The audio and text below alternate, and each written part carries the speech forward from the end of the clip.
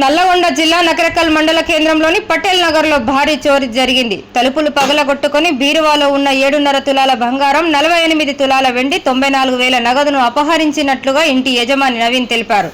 నవీన్ తెలిపిన వివరాల ప్రకారం ఫంక్షన్కి హైదరాబాద్కు 2 రోజుల పాటు ఇంటికి తాళం వేసి వెళ్లినట్లుగా, అయితే తిరిగి వచ్చేసరికి ఇంటి మెయిన్ డోర్ పగలగొట్టి ఎవరో గుర్తు తెలియని వ్యక్తులు ఇంట్లో ఉన్న విలువైన వస్తువులను దొంగిలించినట్లుగా గుర్తించామని నవీన్ తెలిపారు. నకరేకల్ పోలీసులకు నవీన్ ఫిర్యాదు చేయడంతో నల్లగొండ నుండి క్లోజ్ టీంను రప్పించి వేలిముద్రలు సేకరించే పనిలో పోలీసులు పడ్డారు. ఇంటి యజమాని నవీన్ ఫిర్యాదు మేరకు కేసు నమోదు చేసినట్లుగా సీఐ రాజశేఖర్ తెలిపారు.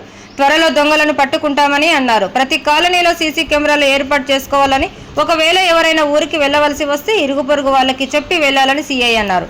నకరేకల్ ప్రజలు మాత్రం పోలీసుల పనితీరు పట్ల అసహనం వ్యక్తం చేస్తున్నారు. నకరేకల్ పోలీస్ స్టేషన్ సర్కిల్ పరిధిలో 2 ఎస్ఐలు, 1 సీఐ, 4 హెడ్ కానిస్టేబుల్, 12 మంది కానిస్టేబుల్స్ ఉన్న దొంగలు మాత్రం వారి పని వారు చక్కబెట్టుకుపోతున్నారని ప్రజలు మండిపడుతున్నారు.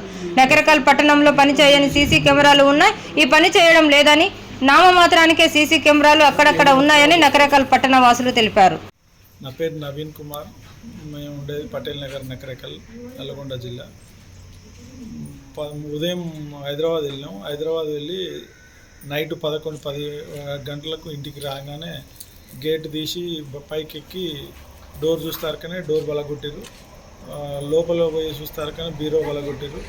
బీరోలో ఉన్న 7.5 తులాల బంగారం, 38 తులాల వెండి, 94,000 రూపాయల డబ్బులు దొంగిలించి గుర్తు తెలియని వ్యక్తులు వెళ్ళినారు.